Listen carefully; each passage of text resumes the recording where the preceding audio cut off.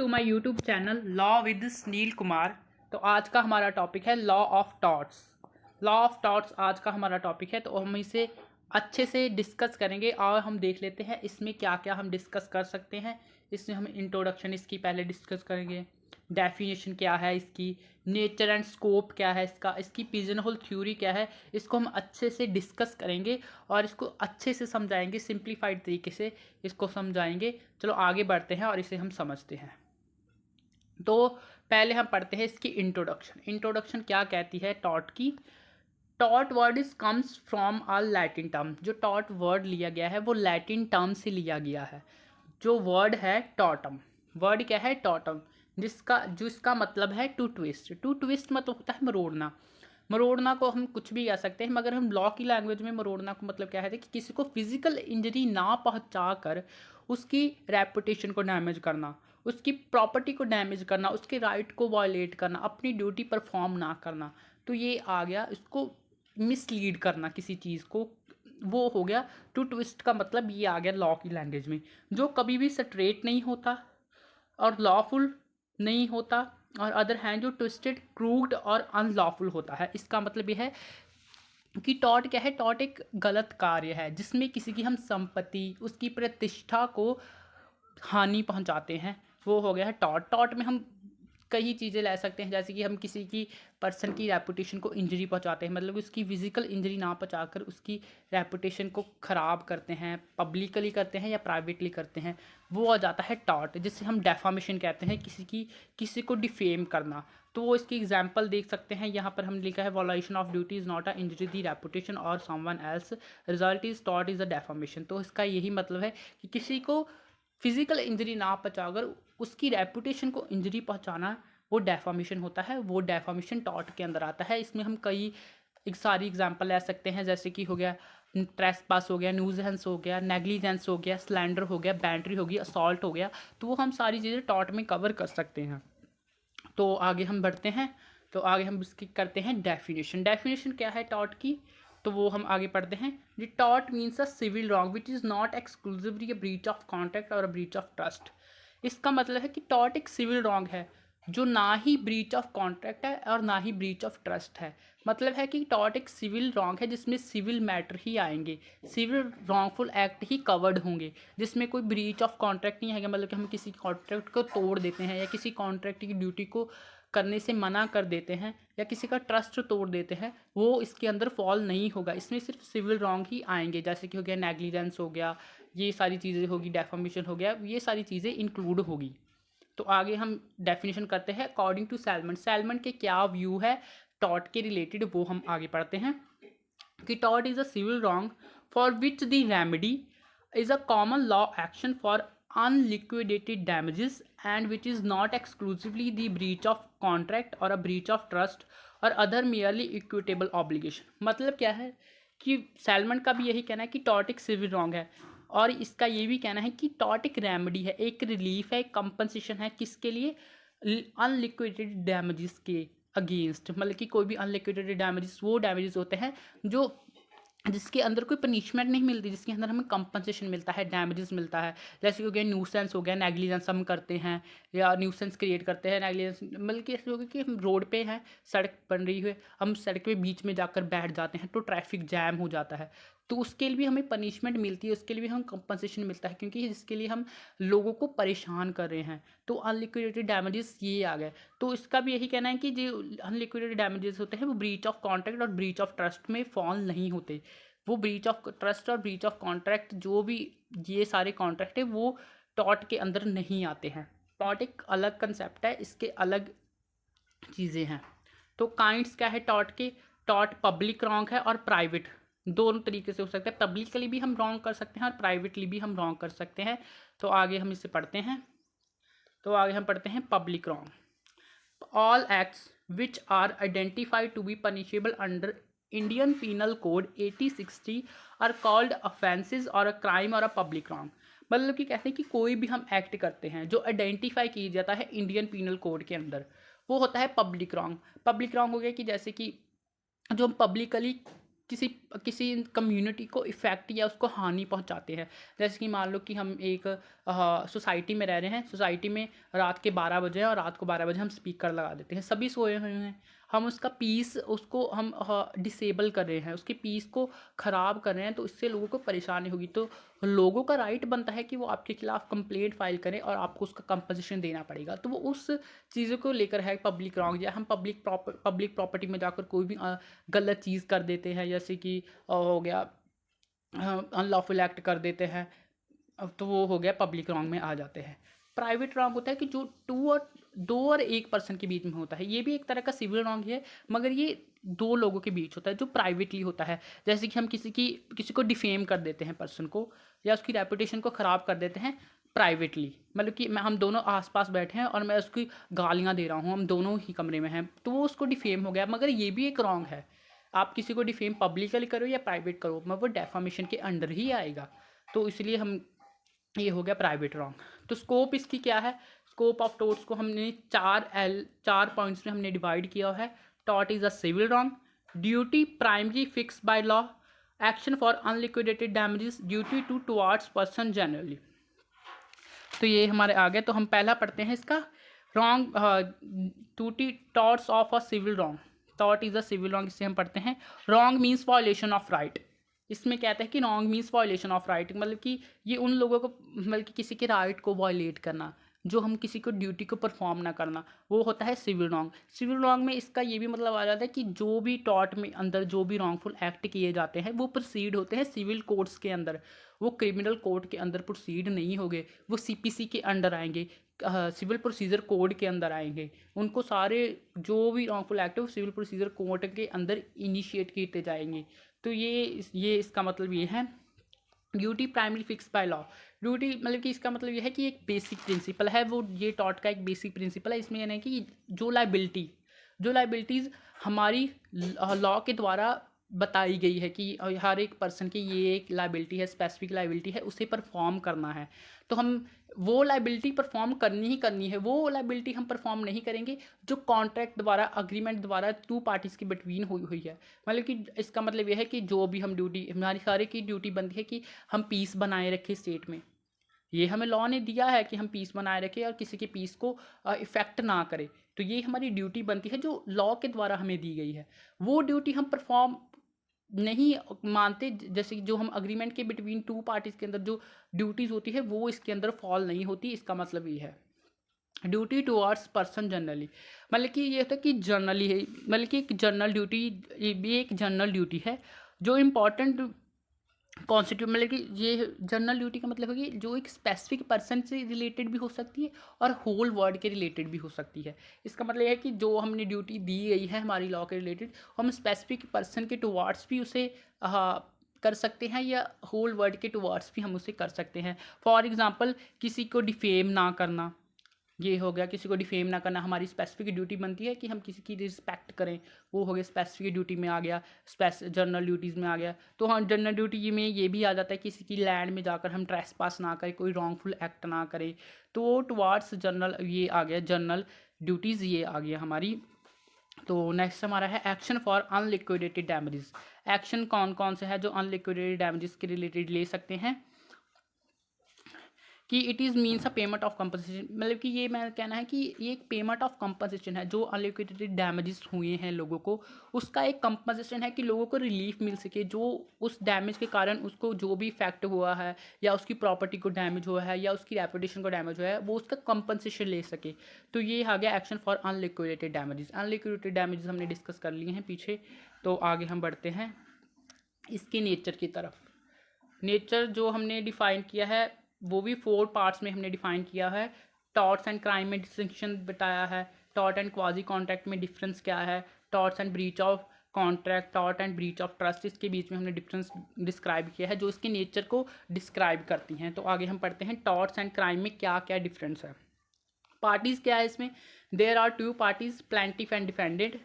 इस क्राइम में क्या है, स्टेट एंड अक्यूज। हम टॉर्ट की पहले समझते हैं कि मतलब कि ये कहते हैं कि इसमें 2 पार्टीज होगी, प्लेंटिफ एंड डिफेंडिंग। प्लेंटिफ होती है जो प्लेंट फाइल करता है, जो कंप्लेंट फाइल करता है, जिसके साथ वो सिविल रॉन्ग हुआ होता है, वो कंप्लेंट फाइल करता है किसके अगेंस्ट, उस पर्सन के अगेंस्ट जिसने उसके साथ ये किया होता है, उसे हम डिफेंडेड कहते हैं, वो अपने आप को डिफेंड करता है। क्राइम में स्टेट एंड अक्यूज होता है कि मतलब कि हम जो भी क्राइम करते हैं वो हम स्टेट के अगेंस्ट करते हैं, तो वो स्टेट होगी, वो उसके अगेंस्ट कर ले अक्यूज जिसने क्राइम किया है। तो पनिशमेंट इसमें होगी डैमेजेस एंड कंपनसेशन। इसमें लोग डैमेजेस क्लेम करते हैं, कंपनसेशन देना पड़ता है, लोगों को हर्जाना देना पड़ता है जो जो आप उनके साथ किया है। इसमें इम्प्रिजनमेंट होती है, कोई भी हम क्राइम कमिट करते हैं, रेप करते हैं, उसके सेक्शन के रिलेटेड हमें इतनी इतनी इम्प्रिजनमेंट मिलती है और उसका फ़ाइन देना पड़ता है।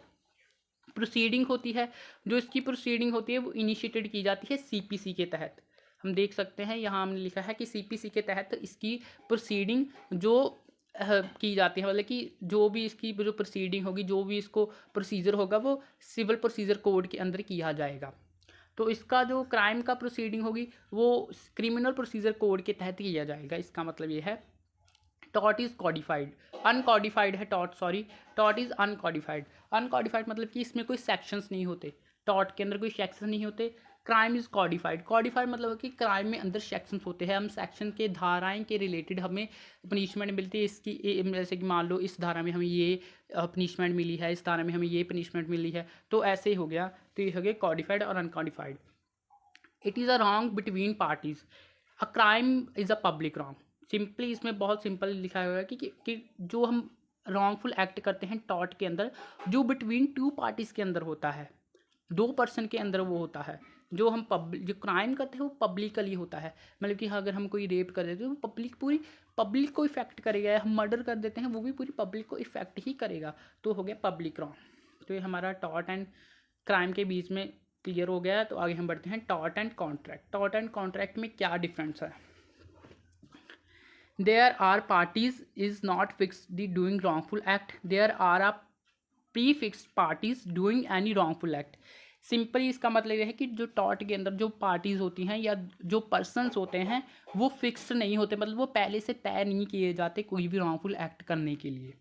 तो कॉन्ट्रैक्ट में अंदर क्या रहता है कि जो भी प्री फिक्स होते हैं, मतलब कि वो पहले से तय की जाते हैं, जो पर्सनस, मतलब कि कोई कॉन्ट्रैक्ट है इसको बिटवीन टू पर्सनस है, वो पहले से तय होते हैं कि कोई रॉन्गफुल एक्ट करता है वो उसके लिए लाइबल होगा। मतलब कि जो भी इसके पार्टी रॉन्गफुल एक्ट करती है वो पहले से ही तय की होती है। इट इज़ अनकॉडिफाइड और कॉडिफाइड, सिंपली कॉन्ट्रैक्ट में भी सैंक्शन होते हैं मगर टॉट में सैंक्शन नहीं होते हैं। It is unliquidated damage, it is liquidated damage. Simply होता है कि इसमें लिक्विडेटेड डैमेज इंक्लूड हो गए हैं, उसके अनलिक्विडेटेड डैमेजेस इंक्लूड होंगे। ये कहना है। इनलिक्विडेटेड डैमेजेस कैसे कौन कौन से हो गए? जैसे हो गया नेग्लिजेंस हो गया, ट्रेसपास हो गया, न्यूसेंस हो गया। लिक्विडेटेड डैमेजेस हो गए जैसे कि राइट को वायलेशन, किसी कॉन्ट्रैक्ट को ब्रीच ऑफ ट्रस्ट करना, ये है लिक्विडेटेड डैमेजेस। आगे हम कहते हैं कि टॉट is minor, taught minor can sued and file a suit. वो कहते हैं कि टॉट के अंदर अगर हम कोई टॉट कमिट करते हैं वो किसी माइनर के अगेंस्ट करते हैं, माइनर जो 18 से बिलो होता है उसके अगेंस्ट कोई रॉन्गफुल एक्ट करते हैं, तो वो माइनर के पास राइट बनता है कि वो कोर्ट में जाए और केस फाइल कर सके। तो इन कॉन्ट्रैक्ट में minor not filed a suit. Simply इसमें किया गया है कि कॉन्ट्रैक्ट जो सेक्शन है उसमें बताया है कि माइनर है वो कॉन्ट्रैक्ट ही नहीं बना सकता, तो वो कॉन्ट्रैक्ट नहीं बना सकता तो फिर वो केस कैसे फाइल करेगा? तो यही आ गया। तो इसका ये मतलब है it is a right fixed by law. जो टॉट के अंदर राइट होते हैं जो लॉ के द्वारा तय की जाते हैं। तो इसके कहते हैं कि जो कॉन्ट्रैक्ट की राइट होती है वो कॉन्ट्रैक्ट की बिटवीन पार्टीज़ के बिटवीन तय किए जाते हैं, जो पार्टीज़ है उनके द्वारा वो राइट्स तय किए जाते हैं। तो अगर हमारा ये क्लियर हो गया टॉर्ट्स एंड कॉन्ट्रैक्ट, आगे हम पढ़ते हैं torts and breach of trust में डिफरेंस क्या है। The law of torts owes its origin the common law of England. The law arising to trust owes its origin equity court and court of chancery. Simply वो कहता है कि जो torts है वो लॉ ऑफ इंग्लैंड से लिया गया है और ये कोर्ट ऑफ चांसरी से लिया गया है। तो ये बताता है कि हमने टॉर्ट कहाँ से लिया है और ब्रीच ऑफ ट्रस्ट कहाँ से लिया है। कि रेमेडी इट इज़ टॉट is civil action, civil action for unliquidated damages. Simply वो कहता है कि जो रेमेडी हमें मिलती है टॉट के अंदर वो सिविल डैमेजेस से रिलेटेड मिलती है, यानी कि अनलिक्विडेटेड डैमेजेस से रिलेटेड मिलती है। इन दी रेमेडी फॉर लिक्विडेटेड डैमेजेस, इसमें क्या कहते हैं कि जो रेमेडी होती है लिक्विडेटेड डैमेजेस के रिलेटेड मिलती है, जिसमें हम किसी को ऑफेंस कर देते हैं, कोई क्रिमिनल ऑफेंस कर देते हैं, उसके रिलेटेड हमें रेमेडीज़ मिलती है। तो आगे है कि टॉट इज़ अ सिविल और civil wrong, civil proceeding shall be instituted. वो कहता है कि टॉर्ट एक सिविल रॉन्ग है, उसकी प्रोसीडिंग भी सिविल तरीके से ही होगी। The breach of trust other equitable obligation criminal offences are a liable. वो कहते हैं कि ब्रीच ऑफ ट्रस्ट की जो प्रोसीडिंग होगी वो क्रिमिनल CRPC के अंडर होगी। कहते हैं कि इसके अंदर पनिशमेंट भी होगी, फाइन भी होगा, इम्प्रिजनमेंट भी होगा। तो ये है कि इसका कहना ब्रीच ऑफ ट्रस्ट का। Tort is violation of right of RAM. जो कहते हैं कि tort is violation of right of RAM. RAM क्या है? रैम एक लीगल मैगजिम है। इसका मतलब क्या है? अ लॉ सूट और other legal action directed towards party rather than towards a particular person, it is available right against whole world। इसका मतलब कहते हैं कि जो लॉ सूट फाइल किया जाता है किसी और रॉन्गफुल एक्शन, जो रॉन्गफुल एक्शन किसके अगेंस्ट हुआ है? किसी प्रॉपर्टी के अगेंस्ट हुआ है। तो ये कहते हैं कि ये अवेलेबल अगेंस्ट होता है होल वर्ल्ड के अगेंस्ट। मतलब कि अगर हम कोई रॉन्गफुल एक्ट करते हैं या पब्लिक प्रॉपर्टी में जाकर कोई रॉन्गफुल एक्ट होता है तो हमें अगेंस्ट होल वर्ल्ड, मतलब कि पूरी कम्युनिटी के अगेंस्ट भी मिल जाता है। It is a breach of violation of personam. Personam भी एक लीगल मैगजिम है। It is available against particular person. वो सिंपली कहते हैं कि ये जो अवेलेबल होता है पर्टिकुलर पर्सन के अगेंस्ट अवेलेबल होता है। इसका मतलब ये है।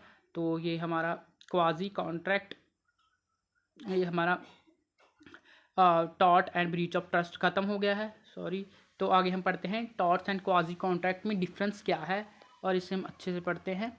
अ tort is kind of civil wrong cause harm और injury to a person property.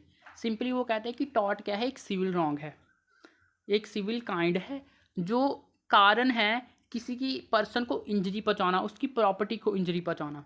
इसका मतलब ये है the quasi contract is a fictional contract which is created by a court trying to stop party from unjustly to taking advantage at expensive और another party. Simply इसका मतलब है कि जो क्वाजी कॉन्ट्रैक्ट वो फिक्शनल कॉन्ट्रैक्ट है जो court के द्वारा बनाया गया है। फॉर एग्जांपल दो पार्टीज के बिटवीन कॉन्ट्रैक्ट हुआ है, किसी गुड या किसी सर्विस को रिलेटेड कॉन्ट्रैक्ट हुआ है, तो एक पार्टी ने उसका एडवांटेज ले लिया, तो उस पर्सन ने जाकर कोर्ट में केस फाइल कर दिया कि इस पर्सन ने ऐसे ऐसे करके इस चीज़ का एडवांटेज ले लिया। तो कोर्ट क्या करती है? उस एडवांटेज को फुलफिल करने के लिए एक क्वाजी कॉन्ट्रैक्ट क्रिएट करती है, एक कॉन्ट्रैक्ट क्रिएट करती है बिटवीन टू पार्टी, जो पार्टीज़ की मर्जी से नहीं होता, जो कोर्ट द्वारा तैयार किया जाता है वो कॉन्ट्रैक्ट उस एडवांटेज को रोकने के लिए, वो होता है फिक्शनल कॉन्ट्रैक्ट मतलब कि क्वाजी कॉन्ट्रैक्ट। बेसिक लाइबिलिटीज़ कौन कौन सी है? The liabilities comes from a branch of legal duty owed by one party to another party. Simply वो कहते हैं कि जो लाइबिलिटी है वो कम्स होती है ब्रीच ऑफ ड्यूटी। इसमें कहते हैं कि टॉर्ट में जो लाइबिलिटी आती है ब्रीच ऑफ ड्यूटी या ब्रीच ऑफ राइट्स के अगेंस्ट ही आती है। तो इसमें हम क्या कहते थे कि the liabilities comes from advantage received by one party at the cost of another party without any actual contract amongst them. वो सिंपली वो कहते हैं कि जो कॉन्ट्रैक्ट हैगा, जो उसके अंदर जो लाइबिलिटीज़ अराइज होगी वो टू पार्टीज़ के बिटवीन अराइज होगी। कब? जो एक पार्टी किसी एडवांटेज ले ले दूसरे पर्सन से जिसके साथ उसने कॉन्ट्रैक्ट किया है, उससे वो एडवांटेज ले ले, तब इसकी लाइबिलिटी अराइज होगी। तो इसका मतलब ये है कि रेमेडी कौन कौन सी आगे हम इसमें पढ़ लेते हैं। The remedy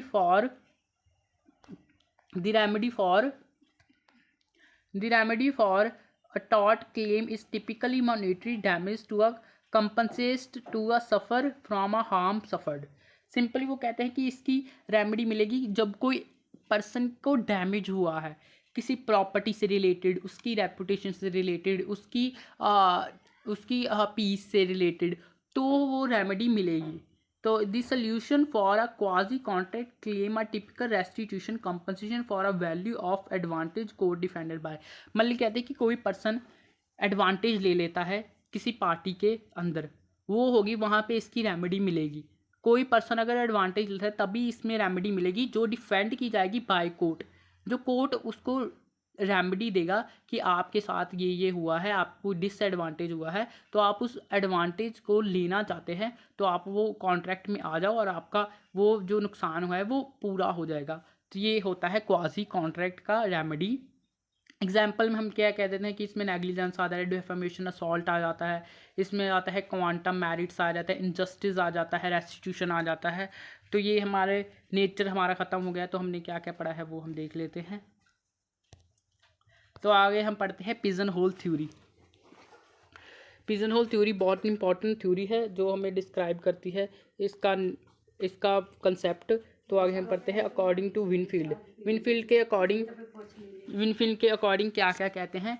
if I have a injury my neighbour he can sue me in tort whether the wrong happens particular name like assault, battery, deceit, slander or whether it has no special title at all and I shall be liable for I cannot prove any lawful justification। Simply Winfield का कहता है कि अगर मैं कोई neighbour के साथ tort commit करता हूँ या रॉन्गफुल एक्ट करता हूँ, वो मैं उसके लिए लाइबल होगा, वो मेरे पर स्यू कर सकते हैं, चाहे उसका कोई टाइटल हो या स्पेसिफिक टाइटल हो, जैसे कि उसका टाइटल असॉल्ट हो या बैटरी के अंदर फॉल होता हो या स्लैंडर हो। वो ज़रूरी नहीं है, अगर आपने रॉन्गफुल एक्ट किया है टॉर्ट में अंदर तो वो आपको उसके लिए लाइबल हो, उसका टाइटल होना ज़रूरी नहीं है। विनफील्ड का ये कहना था। और ना ही उसका कोई जस्टिफिकेशन होना ज़रूरी है। अगर आपके पास जो जस्टिफिकेशन है वो माना ही नहीं जाएगा। अगर आपने कमिट किया है तो आपको उसके लिए लाइबल होंगे, आप उस चीज़ को फेस करने के लिए, ये विनफील्ड का कहना है।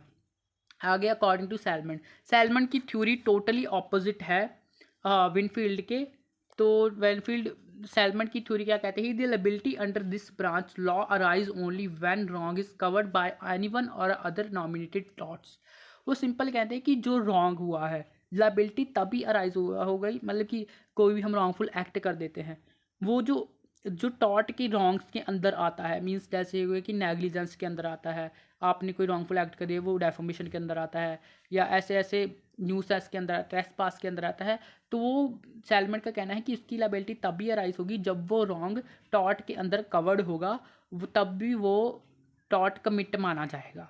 इसका मतलब ये है there is no general principal liability and it is if a plaintiff can place his wrong in any one of pigeonholes each continuing the liabilities tort he succeed। Simply वो कहता है कि पिजन को उसने टॉट के साथ जोड़ा है कि पिजन के अंदर बहुत सारे वो होते हैं, टाइप्स होते हैं, बहुत सारे रॉन्ग्स ऑफ टाइप्स है, टाइप्स ऑफ रॉन्ग जैसे battery, assault, slander, news and trespass, defamation. जो भी हम रॉन्ग करते हैं जो इस पिजन के अंदर आएगा वही रॉन्ग माना जाएगा। Thank you so much to listening to my channel and please subscribe and share me. अगर अच्छा लगा तो कमेंट कीजिएगा। अगर इसका 2 पार्ट आएगा जिसमें हम इसके असेंशियल डिस्कस करेंगे और इसके एसेंशियल डिस्कस करेंगे पूरी अच्छे तरीके से। आप इसको पढ़िएगा और आप मेरे इंस्टाग्राम अकाउंट पे जाकर इसके नोट्स भी ले सकते हैं, उसका डिस्क्रिप्शन में लिंक दिया जाएगा। तो आप मेरे इंस्टाग्राम अकाउंट पे जाकर इसके सारे नोट्स प्रोवाइड कर सकते हैं, बहुत ही सिंप्लीफाइड तरीके से डिफाइन किए जाएंगे। Thank you so much for listening my channel. Subscribe me and follow me.